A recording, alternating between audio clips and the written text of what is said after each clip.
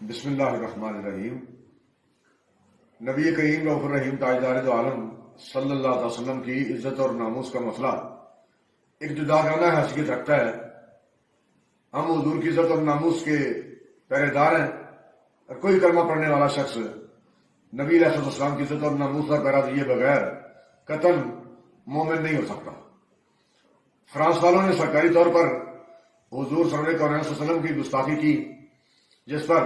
تحریک لبیک یا رسول اللہ میدان عمل میں آئی اور جملہ کارکنان قائد تحریک فیض آباد پہنچے۔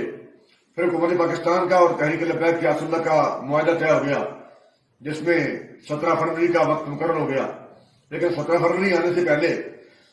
حکومت پاکستان کی تحریک لبیک یا رسول اللہ سے دوبارہ نشست ہوئی، جس پر حکومت نے دوبارہ ٹائم لیا اور 20 اپریل کا وقت مقرر ہو گیا۔ اب بار بار وعدے ہوئے، لیکن اب 20 اپریل سے پہلے حکومت پاکستان نے خود اہل شکنی کی ہے، وعدے کو توڑا اور تحریک لبیک یا رسول اللہ کے مرکزی امیر کو گرفتار بھی کر لیا اور صاف صاف معاہدے سے انکار کر دیا کہ ہم قطعاً سفیر کو ملک پاکستان سے بے دخل کرنے کے لیے تیار نہیں ہیں، جس پر تحریک لبیک یا رسول اللہ آج سڑکوں پر موجود ہے۔ قطعاً کسی کا ذاتی مسئلہ نہیں، صرف اس لیے کہ ہم نے حضور صلی اللہ علیہ وسلم کا کلمہ پڑھ رکھا ہے۔ ملک پاکستان میں ہر وہ شخص جس نے حضور نبی کریم صلی اللہ علیہ وسلم کا کلمہ پڑھا ہوا ہے، اس کی خدمت میں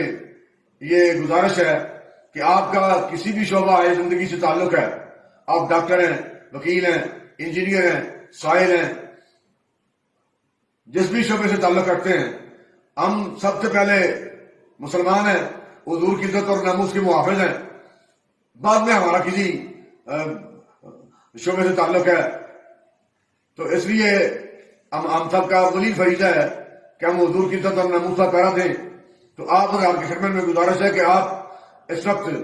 گھروں کو چھوڑ کر سڑکوں پر نکلیں اور نبی علیہ السلام کی عزت اور ناموس کے تحفظ کے لیے ہمارے ساتھ کھڑے ہو جائیں۔ علاوہ ازیں پولیس والے جو جگہ جگہ بے ایمانہ تشدد کر رہے ہیں، ہمارے کارکنان کو زخمی کر رہے ہیں، لاشیں گرا رہے ہیں، صرف میں ان سے اتنا پوچھنا چاہتا ہوں کہ آپ گستاخوں کے ساتھ کھڑے ہیں یا حضور کی عزت اور ناموس کی محافظوں کے ساتھ کھڑے ہیں؟ اور عمران خان سے بھی یہ اس کے ذہن پہ دستک دیتے ہوئے اتنا کہنا چاہتا ہوں کہ جب آپ نے اقوام متحدہ میں نبی کریم صلی اللہ علیہ وسلم کی عزت اور ناموس کے موضوع پر گفتگو کی تھی، تو کیا آپ بتا سکتے ہیں کہ اس وقت آپ کے نبی کوئی اور تھے، اور آج جب فرانس کے سفیر کو ملک پاکستان سے نکالنے کا وقت آیا ہے تو آج آپ کے نبی اور ہیں؟ کلمہ اس وقت بھی یہی تھا اور آج بھی کلمہ وہی ہے۔ کم از کم حضور کی عزت اور ناموس پر بچ جانے کے لیے اپنے مسلمان ہونے کا ثبوت فراہم کریں، اور ہر پاکستان کا ہر شہری اپنے کلمہ پڑھنے کا ثبوت فراہم کرتے ہوئے اپنی غیرت کا اظہار کرتے ہوئے سڑکوں پر نکل کے نبی علیہ السلام کے محافظوں کے ساتھ آپ کھڑے ہو جائیں، تاکہ میدان معاشر میں نبی علیہ السلام کی بارگاہ میں سرخرو ہونے کے لیے آپ کے پاس کوئی جواز موجود ہو۔ لبیک لبیک لبیک یا رسول اللہ۔